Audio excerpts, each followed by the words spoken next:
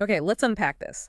We're talking about a human story in the UK stretching back nearly 1 million years. It's almost impossible to truly grasp that immensity of time. It really is. I mean, to think about the very earliest human presence all the way through the ages to the Britain we recognize today, it's just a phenomenal sweep of history we're about to explore in this deep dive. Absolutely. And our aim is really to try and get a handle on the complete story of the United Kingdom. And we've brought together a really substantial body of historical material for this, a lot to draw on. Our mission really is to draw out those essential threads that have woven this incredibly intricate tapestry. We'll be looking at the shifts in politics, how society has evolved, the economic drivers, definitely. And culture, the environment, even, the impact of religion and the constant ebb and flow of military power. We're here to guide you through this immense historical landscape, highlighting those vital connections between crucial events and hopefully uncovering some surprising insights along the way. So, nearly 1 million years. Where do we even begin to make sense of such a vast timescale? It's daunting. Geography. Geography feels like an incredibly pertinent starting point, wouldn't you agree? This archipelago position just off the northwest coast of Europe. Definitely. Yeah, it's hard to imagine the history unfolding quite the same way anywhere else. Precisely. The UK's island status has profoundly shaped its historical trajectory. I mean, think about the definitive separation from continental Europe around, 6,200 BCE. When rising sea levels formed the English Channel, that geographical event had massive long-term consequences. George, as what kind of consequences? Well, for one, after 1066, it provided a significant degree of natural defense. Large-scale invasions became considerably less frequent than on the continent. Right, harder to get across. Much harder. And it also inherently encouraged the development of maritime trade and eventually a powerful navy, which of course projected British influence across the globe later on. That makes perfect sense. The sea as both a barrier and, well, a highway. Exactly. And this geographical separation over millennia arguably nudged Britain onto perhaps a somewhat unique historical path compared to its continental neighbors. Interesting. You do wonder if that early physical detachment subtly influenced later cultural developments, maybe creating a sense of distinctiveness early on. It's a compelling question, isn't it? That need to actually cross water for interaction, that certainly had an impact. So, if we jump forward, hundreds of thousands of years. Well, key archaeological sites like Boxgrove, with evidence of early human presence 500,000 years ago, and then later Neanderthal occupations in places like Wales. They offer us these tantalizing glimpses into incredibly distant periods. By the Mesolithic, say 10,000 years ago, we see hunter-gatherer communities setting up seasonal settlements, adapting to the post-glacial world. And then the big change, the arrival of agriculture around 4000 BCE. That brings a more settled way of life, doesn't it? And significant societal changes. Absolutely. The Neolithic period, then the Bronze and Iron Ages, they witnessed the development of more complex social structures, the beginnings of social hierarchies, and of course the construction of those incredible monumental sites. Like Stonehenge. That's just a testament to their understanding of the cosmos, surely. Precisely. Sites like that suggest a really sophisticated understanding of the world and, increasingly complex forms of social organization and belief systems. So as we move closer to the Roman arrival, who were the main indigenous groups, the tribes, we should be aware of? Okay, so by the Iron Age, just before the Roman legions landed in 43 CE, the landscape was divided among various Celtic tribes. In the east, you had groups like the Iceni, famously led by Boudica later on, and the Trinovantes. Then further west and north were the Silures in Wales and the Caledonian Confederacy up in what is now Scotland. And what did their societies look like? Were they just, disparate bands wandering around? Oh, far from it. Their social structure was heavily based on tribal kinship, often with powerful warrior aristocracies at the top. And they had a significant religious leadership in the Druids. The Druids were much more than just priests, though. Right, they were judges, knowledge keepers. Exactly. Judges, custodians of knowledge, relying heavily on oral traditions to preserve their laws, their history, their religious practices. Their connection to the natural world seems to have been profound, influencing their rituals and beliefs. So a culture primarily reliant on the spoken word and memory, rather than writing things down. Largely, yes. Written records from the indigenous population themselves are very scarce from this period, which makes understanding their perspectives a real challenge. We rely heavily on archaeology, and importantly, accounts often written by their Roman conquerors. Ah, so we have to be mindful of potential bias there. Definitely. A conqueror's perspective isn't always the most objective, is it? Right. So what about their connections beyond the island itself? Were they completely cut off before the Romans? No, not at all. There were well-established trade networks connecting Britain to the European continent. We have archaeological evidence of Roman goods, things like wine and olive oil. Wait, before the Roman invasion itself? Yes, absolutely. Reaching Britain, particularly those southeastern tribes, even before Emperor Claudius's invasion in 43 CE.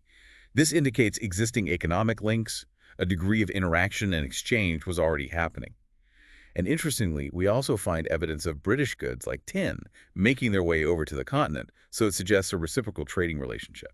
So those connections were already firmly in place, and you can see how geography, while creating that separation, doesn't mean complete isolation. Absolutely. So southeastern tribes especially were quite integrated into this cross-channel commerce, and that likely influenced their social structures and perhaps even their initial reactions to the Romans. Then in 43 CE, the Romans arrive.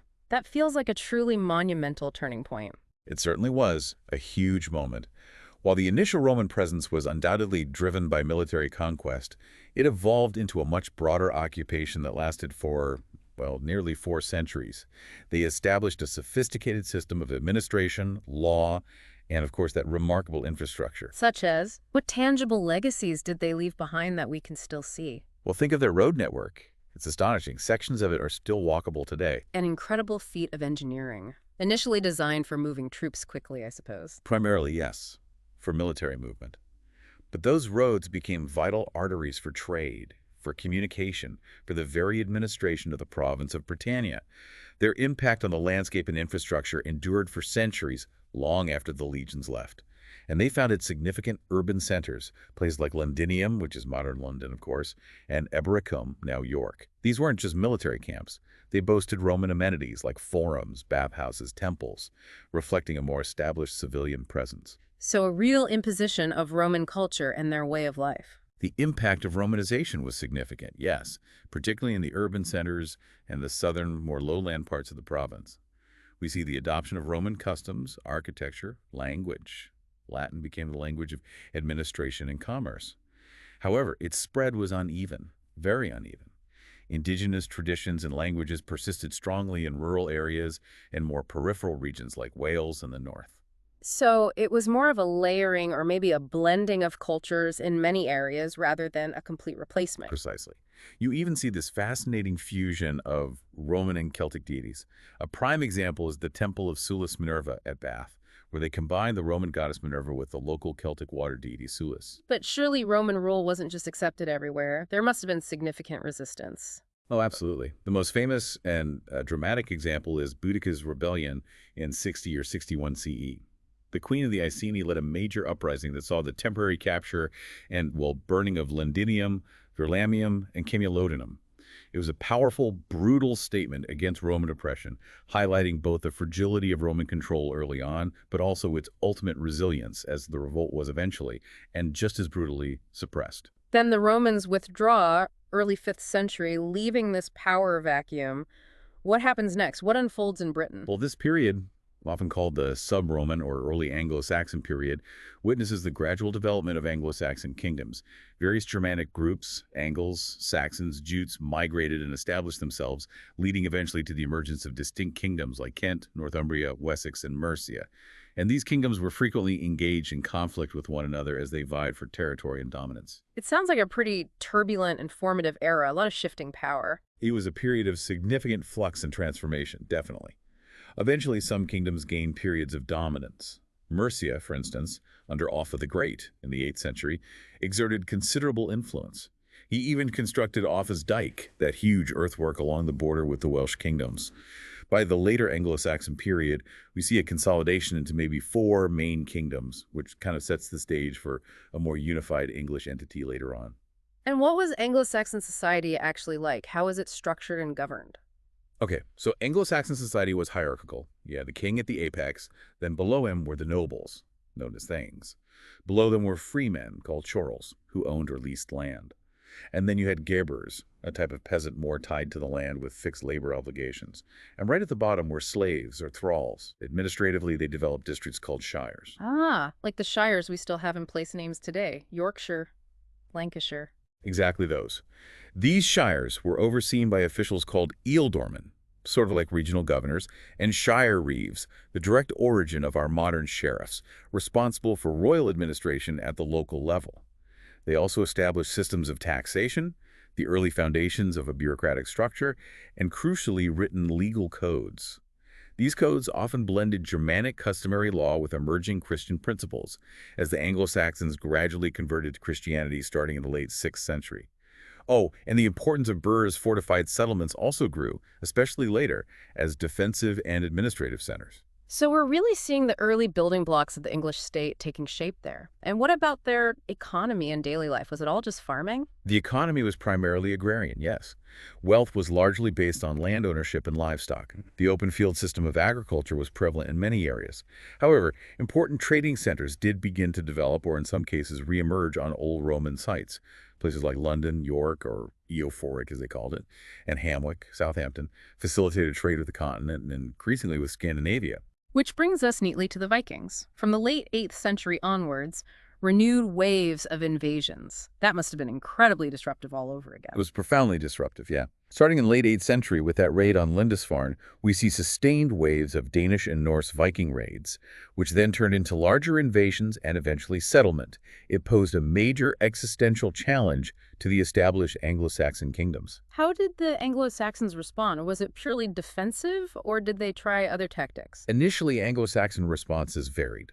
Sometimes, yes, they did resort to paying Danegeld, basically protection money, a tribute intended to buy peace or make the Vikings go away. However, this often proved to be just a temporary solution and quite a costly one. Military resistance became absolutely crucial. And it was really under Alfred the Great of Wessex that a more coordinated and ultimately effective resistance took hold, wasn't it?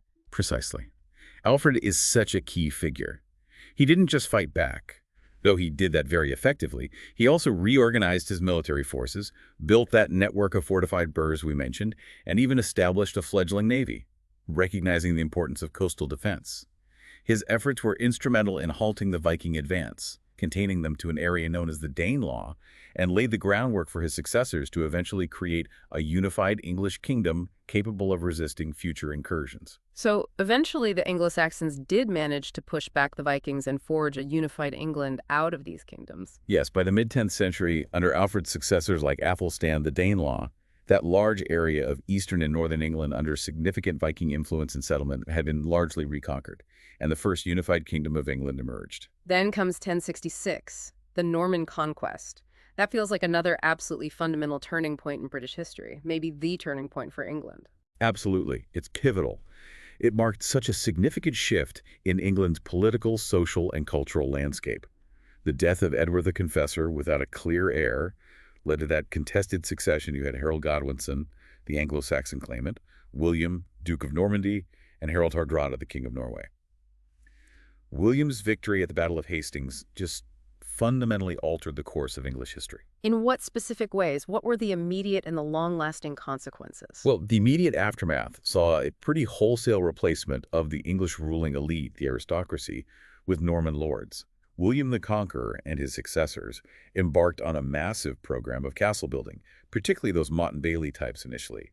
That distinctive castle with a raised earth mound, the motte topped by a keep, and an enclosed courtyard, the bailey. They were symbols of power and essential for solidifying control.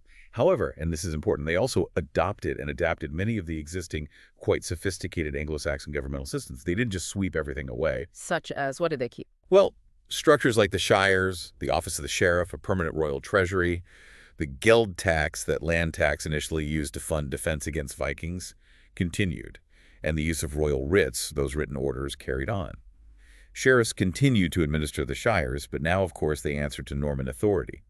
Furthermore, significant legal reforms, particularly under Henry I and later Henry II, laid crucial foundations for the English common law system, a system distinct from continental Roman law. And beyond governance and law, what else changed significantly? Notably, the first significant Jewish communities began to arrive in England following the conquest.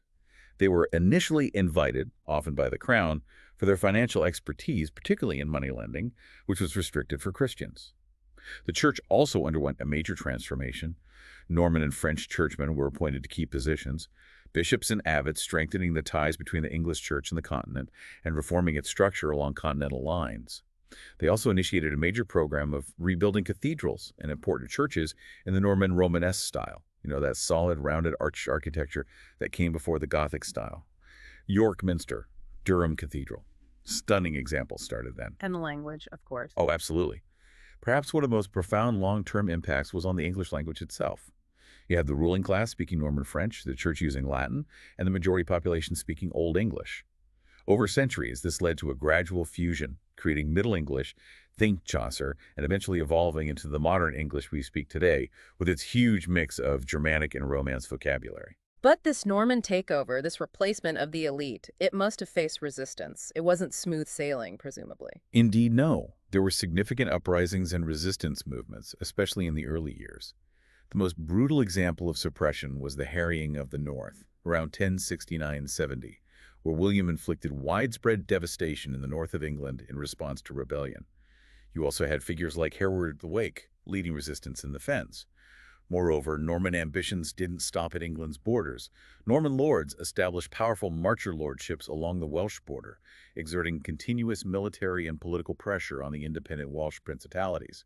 And Scotland also experienced increased continental, particularly Norman French, and English influence during this period, affecting its own development. It's quite striking, though, that after 1066, Britain, or England specifically, largely avoided further large-scale successful invasions. Was that primarily down to its island geography finally becoming a decisive factor? Precisely. The English Channel became a much more significant defensive barrier, especially as naval capabilities developed on both sides. It contributed to a period of relative, though certainly not absolute, political stability compared to many parts of mainland Europe, which were more vulnerable to land-based invasion. Okay, let's fast forward several centuries now, towards the end of the medieval period. We arrive at the Wars of the Roses, that famous period of dynastic strife. Exactly. The dynastic conflict between the houses of York, the White Rose, and Lancaster, the Red Rose, dominated the latter half of the 15th century. It was a period of significant political instability, brutal fighting, and shifting allegiances among the English nobility, really weakening the country internally. And it all culminates with... It culminates with Henry Tudor's victory at the Battle of Bosworth Field in 1485. He defeated the Yorkist king, Richard III, brought the Wars of the Roses to an end, and established the Tudor dynasty, marrying Elizabeth of York to unite the claims. Now, before we dive into the Tudors, maybe let's pivot briefly to look at everyday life in medieval Britain, say between the Conquest and the Tudors. What was the economy and social structure like for the majority of people? Well, the economy remained overwhelmingly agrarian throughout the medieval period, organized largely around the feudal and manorial systems. The three-field crop rotation system became more widespread in England, improving agricultural productivity to some extent. Rural life really centered on these manors, with lords holding the land and peasants, villeins, cottars, free tenants, providing labor services and payments in kind or cash in exchange for access to land and protection. So primarily localized economies with a strong dependence on agriculture and the land. Primarily, yes. However, towns were definitely growing in importance as centers for trade, craft production, and administration. Many towns gained royal charters, granting them a degree of self-governance, and powerful guilds emerged to regulate economic activity within them, setting standards for quality, training apprentices, and controlling who can practice a trade. Weekly markets and annual fairs were vital for both local and longer-distance trade, while, of course, being a huge export for England. And did people have a strong sense of, say, Englishness or Scottishness during this time? Was national identity developing? We definitely see the gradual development of stronger senses of distinct national identities. The English, particularly after the setbacks and eventual loss of most territories in France during the Hundred Years' War, began to articulate a clearer sense of Englishness, often defined in contrast to their neighbors, especially the French and the Scots. Medieval Scotland, meanwhile, maintained its independence after fierce wars and developed its own distinct governmental institutions, including its own parliament and legal system, fostering a strong Scottish identity. And in Wales, despite the English conquest finalized by Edward I, a very strong sense of Welsh identity, language, and cultural traditions persisted. And the church's influence on daily life must have been just immense throughout this whole period. Absolutely pervasive. The church was deeply integrated into the fabric of medieval society. It influenced everything from education, providing what little existed, and art, architecture, music, to law, morality, social welfare, and even the calendar of daily life with its feasts and festivals. It provided a sense of unity across Western Christendom and a framework for understanding the world. The local parish church was often the center of community life. Okay, then we move into the Tudor period, 1485 to 1603, often characterized as a time of really dramatic transformation. It truly was a pivotal era. Henry VII, the first Tudor monarch, focused meticulously on consolidating power after the Wars of the Roses, restoring royal finances, and building the kingdom's stability and economic wealth. He achieved considerable success in laying those foundations. But it's his son, Henry VIII. Henry VIII and the seismic break with Rome, that really changed everything, didn't it? Precisely. The momentous break with the Roman Catholic Church under Henry VIII, driven initially by his desire for an annulment, but evolving into the establishment of the Church of England with the monarch at its head, this had profound and lasting consequences. Though the religious landscape continued to shift dramatically with more radical Protestant reforms under his young son Edward VI, then a brief, harsh Catholic restoration under Mary VIII, and finally the Elizabethan settlement under Elizabeth VI, seeking a pragmatic middle ground with Protestant doctrine, but a more traditional structure. This period fundamentally altered the relationship between the crown, the church, and the people in England. It also massively increased royal power and wealth through the dissolution of the monasteries. And we also see a notable strengthening of the state's administrative capacity during this time, didn't we? Figures like Thomas Cromwell played a key role. Yes, absolutely. Figures like Cromwell were instrumental in implementing the Reformation and centralizing power, creating a more efficient state bureaucracy answerable to the crown. And what was the Tudor impact on the other parts of the British Isles? Wales, Ireland, Scotland? Well, Wales was more fully integrated into the English administrative and legal systems through the Laws in Wales Acts passed in the 1530s and 40s, effectively ending its separate legal status. Ireland experienced further, often brutal attempts at English conquest and colonization, leading to the formal establishment of the Kingdom of Ireland in 1542 under the English crown, though actual English control remained largely limited, particularly outside the area around Dublin known as the Pale. This period laid the groundwork for centuries of conflict. Scotland, meanwhile, underwent its own distinct and quite radical reformation, establishing a Presbyterian church, the Kirk, independent of royal control, which created a very different religious and political dynamic compared to England, leading to future tensions when the crowns were united. What about economic developments under the Tudors? Was it still mainly agrarian?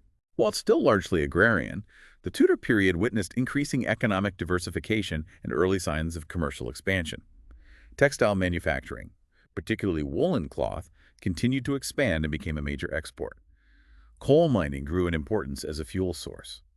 Agricultural improvements, such as enclosure, fencing off common land for private use, often for sheep farming, began to reshape the landscape and agricultural practices, though this often came at a significant social cost, displacing rural populations. Early financial institutions like the Royal Exchange in London also emerged, facilitating trade and investment, and we see the beginnings of joint stock companies for overseas ventures. And the end of the Tudor dynasty with the death of Elizabeth I leads directly to The union of the crowns in 1603. Elizabeth died childless, and the throne passed to her nearest relative, James VI of Scotland, who then also became James I of England and Ireland. This created a personal union, bringing the three kingdoms under a single monarch for the first time. ushering in the Stuart era, a period often marked by significant constitutional and religious upheaval, wouldn't you say? That's a very accurate assessment. Yeah. The Stuart era, from 1603 to 1714, is really defined by these ongoing, often bitter conflicts over the extent of royal authority versus parliamentary power, deep religious differences, particularly between Anglicanism, Puritanism, and Catholicism, and recurring financial disputes between the crown and parliament. Culminating in the really dramatic revolutionary events of the mid-17th century. Indeed. The clash between Charles I and Parliament over issues like royal prerogative, religious doctrine, especially fears of Catholicism, and the king's right to levy taxes without parliamentary consent eventually led to the English Civil Wars in the 1640s. This resulted in the defeat and execution of the king in 1649, a truly shocking event for the time. Followed by the Commonwealth and Protectorate? Yes, a brief but significant experiment with Republican rule under Oliver Cromwell. The monarchy was eventually restored in 1660 with Charles II, but the underlying tensions between crown and parliament and over religion persisted. These ultimately boiled over again in the Glorious Revolution of 1688-89. When the Catholic James II was overthrown and replaced by his Protestant daughter Mary and her husband, William of Orange. Exactly. This pivotal event firmly established the principle of a constitutional monarchy in England and Scotland, asserting the ultimate sovereignty of Parliament through key pieces of legislation like the Bill of Rights, 1689, and later the Act of Settlement, 1701. The power of the Crown was significantly curtailed, shifting the balance decisively towards Parliament. But even after the Glorious Revolution, there were still challenges to this new settlement, weren't there? The Jacobites. Absolutely. The Jacobite rising several attempts, primarily centered in Scotland and supported by France, to restore the exiled Stuart line, James II and his descendants, to the throne continued sporadically well into the mid-18th century, most notably in 1715 and 1745. They represented a significant challenge to the Hanoverian succession established after the last Stuart monarch, Queen Anne. And within this turbulent Stuart period, we also see the formal political union between England and Scotland. The Acts of Union creating Great Britain, a truly transformative political event. It was a momentous step, yes. The 1707 Acts of Union formally united the kingdoms of England and Scotland, dissolving their separate parliaments and creating a single Parliament of Great Britain at Westminster. This followed Scotland's disastrous attempt to establish an independent colony in Darien, Panama, which left the country financially crippled and involved significant political maneuvering and financial incentives, the equivalent to secure a Scottish agreement. Ireland, however, remained constitutionally separate but effectively subordinate, and the harsh penal laws imposed severe restrictions on the rights of the Catholic majority and also Protestant dissenters, especially after the Williamite War in Ireland ended in 1691. We also can't forget the dramatic events within London itself during this period, the Great Fire of 1666. What were the key factors that led to such a devastating event? It seems almost unbelievable. It really was a perfect storm, unfortunately.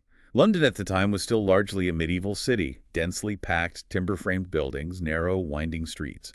There had been a prolonged dry summer, making everything tinder dry.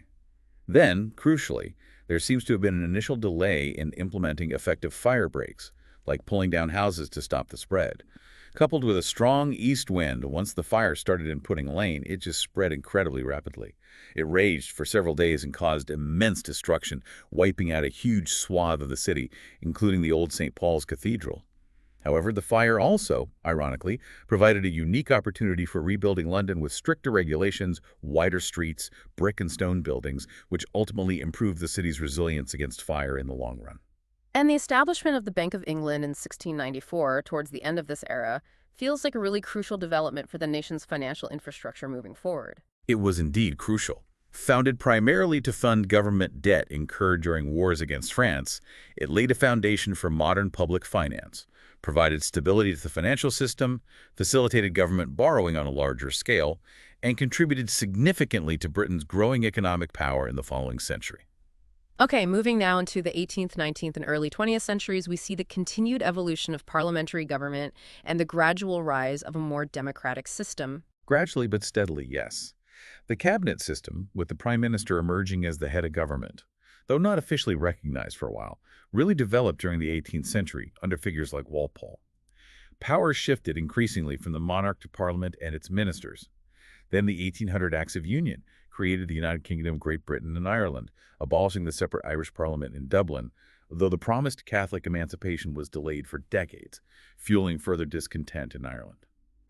Over the 19th and early 20th centuries, Britain underwent a significant, though often contested, transformation into a modern democracy through a series of reform acts, 1832, 1867, 1884, that progressively expanded the voting franchise, along with measures like the secret ballot in 1872, culminating eventually in universal suffrage for men and women over 21 by 1928. And alongside that political evolution, the development of the welfare state in the 20th century marks another fundamental shift in the relationship between the state and its citizens, particularly after World War II.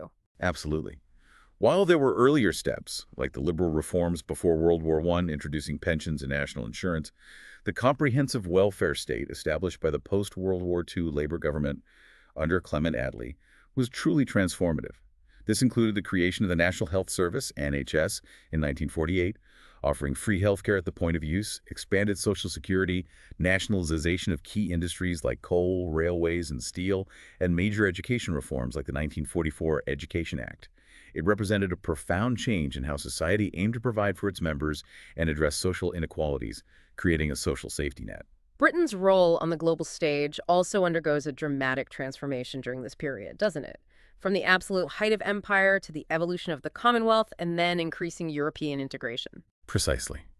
The first half of the 20th century saw the British Empire reach its greatest territorial extent, but the two world wars severely weakened Britain economically and militarily. The process of decolonization accelerated rapidly after 1945, leading to the dismantling of the vast empire over the next few decades and its gradual evolution into the Commonwealth of Nations, a voluntary association of former colonies. Simultaneously, particularly from the 1960s onwards, Britain increasingly looked towards Europe, culminating in joining the European Economic Community, EEC, the forerunner of the EU, in 1973 after earlier attempts were vetoed. Throughout these centuries, though, perhaps one of the most fundamentally transformative forces has to be the Industrial Revolution. It just reshaped society, the economy, the landscape, everything. It was utterly epoch-defining.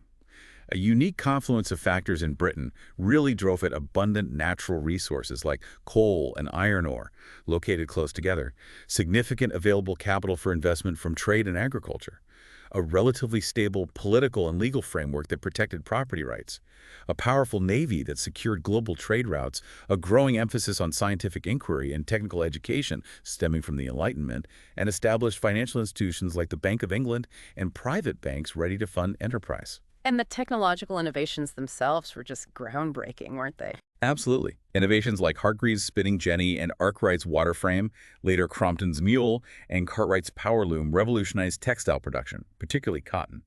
James Watt's improvements to the steam engine transformed power generation and transportation, leading to factories independent of water power and eventually railways and steamships. And the development of coke-fueled blast furnaces by figures like Abraham Darby dramatically increased iron production, providing the essential material for machinery and infrastructure. This fueled the growth of entirely new industries and the development of essential infrastructure like canals and, later, a vast railway network, fundamentally changing the speed, scale, and nature of economic activity. And this incredibly rapid industrialization had just immense social consequences, profoundly altering how people lived and worked. Absolutely immense, and often very harsh. We see the dramatic rise of a new industrial working class, concentrated in rapidly growing, often squalid, urban centers like Manchester, Birmingham, Liverpool, Glasgow. This led to significant social upheaval, the intensification of class divisions between factory owners, the new bourgeoisie, and the workers, the proletariat, and the often difficult growth of organized labor movements and trade unions fighting for better wages, working conditions, and political representation. Urbanization on an unprecedented scale led to problems of overcrowding, poor sanitation, disease, and new forms of social alienation. Were there significant economic downturns and social crises during this period of massive change as well? It wasn't all progress, presumably. No, far from it. The 19th century in particular was marked by cyclical economic depressions. The boom and bust cycle became very apparent in periods of significant social unrest, like the Luddite protests against machinery or the Chartist movement demanding political reform. The most devastating single crisis within the UK during this period was undoubtedly the Great Irish Famine in the mid-1840s. Caused initially by potato blight wiping out the staple food crop for millions, its catastrophic effects were massively exacerbated by British government policies or lack thereof, and the prevailing land ownership structures, leading to mass starvation, disease, death, and huge waves of emigration that permanently altered Ireland's demographic and political landscape. Later periods also saw severe industrial depressions, like in the 1870s or the interwar years of the 20th century, causing widespread unemployment and hardship in industrial areas. Okay, bringing us much closer to the present day now, what are some of the key developments we should highlight in the contemporary era, say from the late 20th century onwards? Well, a major theme has been devolution. The late 1990s, under the Labour government of Tony Blair, witnessed significant devolution of political powers to Scotland, Wales, and Northern Ireland, leading to the establishment of a Scottish Parliament, the Welsh Assembly, now Semed Cymru, and the Northern Ireland Assembly. This was largely a response to growing nationalist aspirations in those parts of the UK and aimed to strengthen the union by decentralizing power. The Scottish independence referendum in 2014, although resulting in a vote to remain, was a pivotal moment in this ongoing dialogue about the UK's constitutional future. And then, more recently, the truly defining event for this generation, perhaps, Brexit. Yes, absolutely. The 2016 referendum on the UK's membership in the European Union, resulting in a vote to leave, and the subsequent withdrawal process completed in January 2020, represents a major constitutional, political, and economic watershed.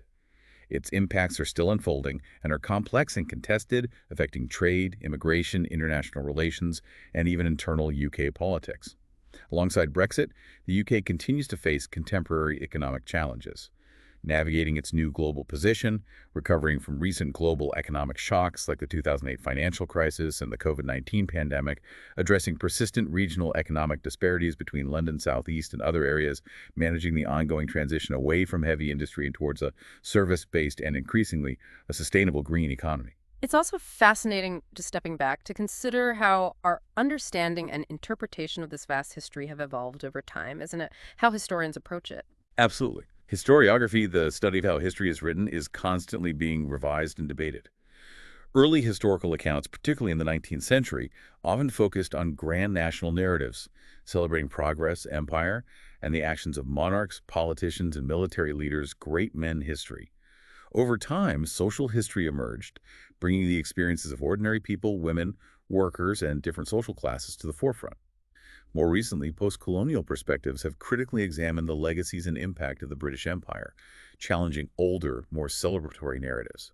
And there's a growing emphasis on inclusive histories that aim to incorporate the diverse voices and experiences of ethnic minorities, LGBTQ+ communities, people with disabilities, challenging traditional interpretations and offering a more complex, multifaceted picture of the past. Wow. So nearly a million years condensed into, well, not quite an hour, but, it's truly an epic story we've journeyed through. It is. It really is. And what's so compelling, I think, is the interconnectedness of all these facets we've touched on, the political developments, the social transformations, the economic forces constantly at play, the cultural fits, the influence of religion, the impact of military events. All these elements have intertwined and shaped the UK as we know it today in ways we're still grappling with. We've really touched on some crucial recurring themes too, haven't we? That enduring impact of geography, its island nature, the long, often contested evolution of governance from tribal chiefs to parliament, the constant interplay between forces driving change and moments of resistance or continuity, and the ever-evolving, often complex and multifaceted nature of identity across these islands. Indeed. And if we connect this to the bigger picture, perhaps understanding this intricate historical consciousness with all its complexities, its triumphs, its traumas, its contradictions, is absolutely crucial for understanding the UK's present situation and for navigating its future path in the world. That certainly gives you a lot to think about. It does. And maybe this raises a final thought for you, the listener, to ponder. Consider how the UK's long, often paradoxical history of navigating its relationship with the wider world, sometimes embracing external influences, sometimes fiercely resisting them, sometimes projecting its own power outwards, how that deep-seated pattern continues to shape its role and its choices on the global stage in the 21st century. A really powerful point to ponder. Well, thank you so much for joining us on this incredibly ambitious deep dive into the rich and complex history of the United Kingdom. If any particular period or theme we've discussed has sparked your curiosity, I really encourage you to explore it further. Absolutely. There are countless fascinating stories, debates, and discoveries waiting to be explored within this vast historical landscape. Happy exploring. Until our next deep dive.